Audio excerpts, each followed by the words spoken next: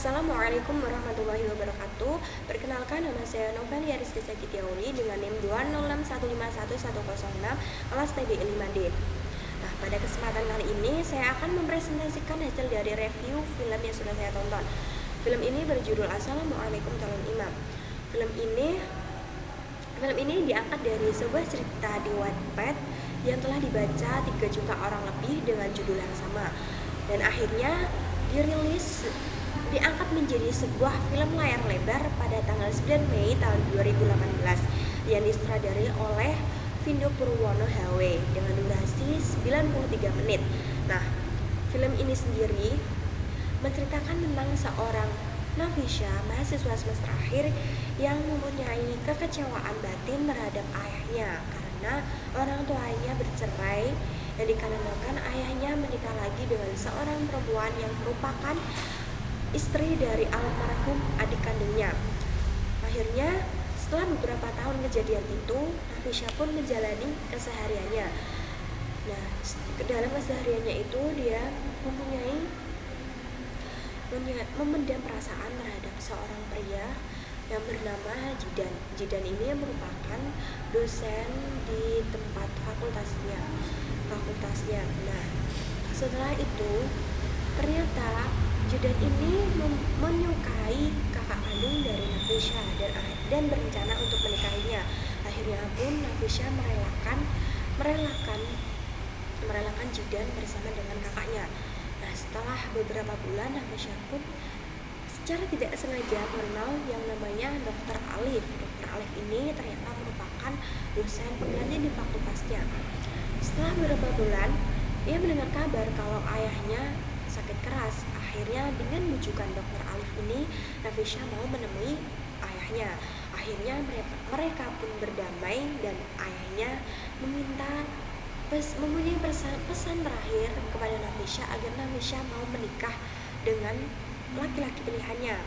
Dan ternyata laki-laki itu adalah Dr. Alif ini. Akhirnya Nafisha pun mengalami gejolak batin dan bimbang apakah harus menerimanya atau menolaknya. Tapi akhirnya Nafisha pun menyetujui untuk menerima pernikahan itu.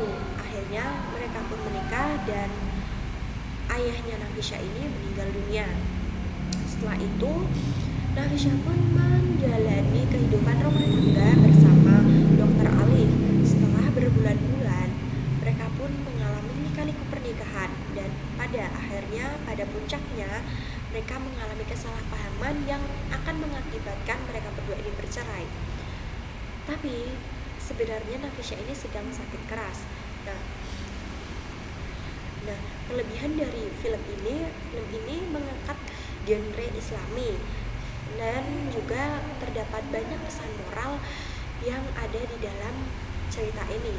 Nah, alurnya pun susah ditebak, dan ceritanya pada endingnya di pertengahan cerita itu cukup membuat seorang yang menonton itu ikut terbawa suasana dan akhirnya meneteskan air mata.